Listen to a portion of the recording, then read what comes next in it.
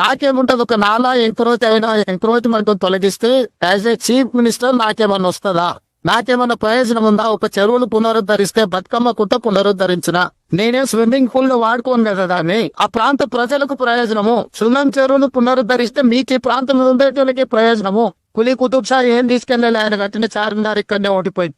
గోల్కొండ రాజులు గోల్కొండ కట్టిరు, వాళ్ళు ఏం తీసుకోవాలి, అది అక్కడనే ఉంది. ఔటర్ రింగ్ రోడ్ అంతర్జాతీయ ఎయిర్పోర్ట్ రాజశేఖర రెడ్డి గారు తీసుకెళ్లాలి. చంద్రబాబు నాయుడు గారు అమరావతి పోయినా హైటెక్ సిటీ మన దగ్గరనే ఉంది. కోహినూరు డైమండ్ సంపాదించి ఇంట్లో పెట్టుకుంటే బ్రిటిష్ వాళ్ళు అక్కడికి తీసుకుపోయారు. సంపాదించింది కూడా తీసుకుపోతాడు కానీ సమాజానికి ఇచ్చింది ఎవరు తీసుకెళ్లరు, ఇక్కడనే ఉంటుంది.